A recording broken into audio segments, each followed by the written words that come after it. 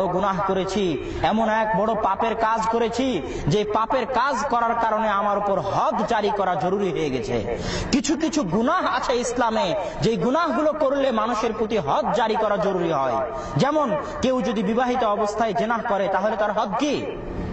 তাকে রজম করে হত্যা করতে হবে, পাথর দিয়ে মেরে মেরে হত্যা করতে হবে। ফাঁসিও নয়, তরবারি দিয়ে কেটে দেওয়াও নয়, পাথর নিক্ষেপ করে করে মেরে মেরে দুনিয়া থেকে বিদায় করতে হবে। এটা ইসলামের হদ। তেমনি যদি কেউ কোনো ব্যক্তিকে হত্যা করে তাহলে তার হদ হচ্ছে ওই হত্যাকারী ব্যক্তিকেও হত্যা করতে হবে। কেউ যদি চুরি করে তার হাত কেটে ফেলতে হবে। এগুলো হচ্ছে ইসলামের হদ তথা ইসলামের আইনের মধ্যে অন্তর্ভুক্ত। পৃথিবীতে শান্তি সুশৃঙ্খলতা প্রতিষ্ঠা রাখার জন্য ইসলাম এই হদগুলো নির্ধারণ করেছে। এই হদগুলো যদি বাস্তবায়ন থাকে তাহলে পৃথিবীতে নিশ্চিত শান্তি বিরাজ করবে। যারা এই হদগুলোর বিরোধিতা করে মানবিকতার দোহাই দিয়ে, ওদের বুদ্ধির অভাব আছে। কেন বুদ্ধির অভাব আছে জানেন?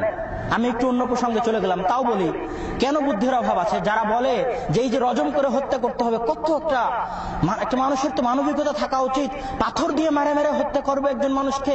আশ্চর্য, এটা কেমনে সম্ভব? একজন মানুষ হত্যা করলো তাই বলে তাকে ফাঁসি দিতে হবে, চুরি করলো তাই বলে তার হাত কাটতে হবে? এই যে মানবিকতার দোহাই দিয়ে ইহুদি খ্রিস্টানরা ইসলামের হদগুলোকে প্রশ্নবিদ্ধ করে, তার এক নাম্বার উদাহরণ, মনে করেন আপনার বোন বা আপনার মায়ের সাথে যদি কেউ খারাপ কাজে লিপ্ত হয়, আপনার মা এবং আপনার বোনকে যদি কেউ ধর্ষণ করে, আপনি তাকে কাছে পেলে হত্যা করবেন না? অবশ্যই হত্যা করবেন। হচ্ছে বাংলাদেশে বা অন্যান্য দেশে যখন কোথাও ধর্ষণ সংঘটিত হচ্ছে তখন মিটিং করে ফাঁসি চাই করে একাকার অবস্থা। কিছুদিন আগে পরিমল নামে একটা শিক্ষকের যাবজ্জীবনের কারাদণ্ড হলো, বাংলাদেশ সরকার যাবজ্জীবন কারাদণ্ড দিল, তার অপরাধ ছিল ধর্ষণ। তো অনেকের নিন্দা যে অমুকের যদি ফাঁসি হয় তাই আর কোনো ফাঁসি হবে না, ধর্ষকের ফাঁসি চাই। তো ওই সময় ঠিকই ফাঁসি চাচ্ছেন, আবার যখন ইসলাম বাস্তবায়ন করছে তখন বলছেন মানবিকতার দোহাই দিচ্ছেন। এই জায়গায় যেটা বলতে চাচ্ছিলাম সেটা এখনো বলিনি, যে যেই সমস্ত সংবিধান, যেই সমস্ত মানুষেরা নিজেদের বিবেক প্রসূত সংবিধান দিয়ে আল্লাহ সুবহানাহু ওয়া তাআলার আনিত বিধানকে প্রশ্নবিদ্ধ করছে মানবিকতার দোহাই দিয়ে, তাদের উদ্দেশ্যে তিনটা কথা।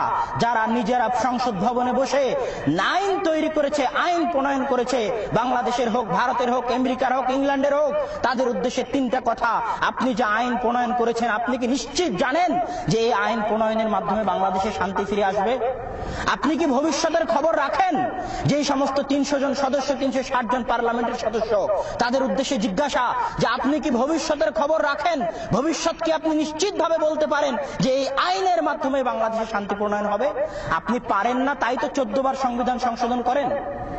আপনার যদি নিশ্চিত ভবিষ্যৎ সম্পর্কে বিশ্বাস থাকতো তাহলে একবারই সংবিধান প্রণয়ন করতেন, 14 বার সংবিধানে পরিবর্তন আনতেন না। আপনি তো ভবিষ্যতের খবর রাখেন না, আপনি তো মানুষ। আচ্ছা, আপনার কাছে দ্বিতীয় জিজ্ঞাসা, আপনি কি জানেন পৃথিবী যখন থেকে শুরু হয়েছিল তখন থেকে আজ পর্যন্ত পৃথিবীর কোথায়, কোন প্রান্তে, কোন কোনায় কোন আইন বাস্তবায়ন করার কারণে শান্তি প্রতিষ্ঠা হয়েছিল আর কোন আইন বাস্তবায়ন না করার কারণে অশান্তি প্রতিষ্ঠা হয়েছিল? এই জ্ঞান কি আপনার আছে? নাই। একজন মানুষের এই জ্ঞান থাকতে পারে না। অতীতের সকল জ্ঞান এবং ভবিষ্যতের জ্ঞান মানুষের নাই। আপনার উদ্দেশ্যে তৃতীয় প্রশ্ন, আপনি কি হিংসা থেকে মুক্ত? আপনি কি রাগ থেকে মুক্ত? আপনি কি আবেগ থেকে মুক্ত? আপনি কি পূর্ণাঙ্গ বুদ্ধি রাখেন? আপনার অন্তরে কি হিংসা নাই? আপনার অন্তরে কি অহংকার নাই, রাগ নাই, স্বার্থপরতা নাই? প্রত্যেকটা মানুষের অন্তরে হিংসা আছে, রাগ আছে, স্বার্থপরতা আছে, আবেগ আছে।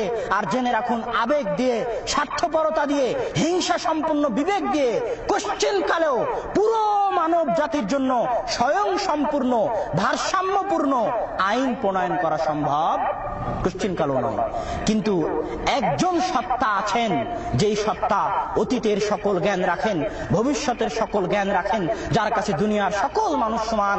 কি পাকিস্তানি, কি বাংলাদেশি, কি আমেরিকান, কি ইংল্যান্ড, তিনিই মানুষকে সৃষ্টি করেছেন। সেই সত্তা হচ্ছে আল্লাহ সুবহানাহু ওয়া তাআলা। তিনিই জানেন কোন বিধান দুনিয়ার বুকে বাস্তবায়ন করলে দুনিয়ার বুকে শান্তি থাকবে। সে আল্লাহ সুবহানাহু ওয়া তাআলা হাত দিয়েছেন। আর আপনি আপনার দুর্বল মেধা নিয়ে, অতীতের জ্ঞান আপনার কাছে নাই, জাহেল মূর্খ, ভবিষ্যতের জ্ঞান আপনার কাছে নাই, জাহেল মূর্খ, আবেগ থেকে মুক্ত নন, হিংসা থেকে মুক্ত নন, পার্লামেন্টে বসে ইসলামের আইনের বিরোধিতা করেন। এত বড় স্পর্ধতা, এত বড় সাহস কোথায় আপনি পেলেন?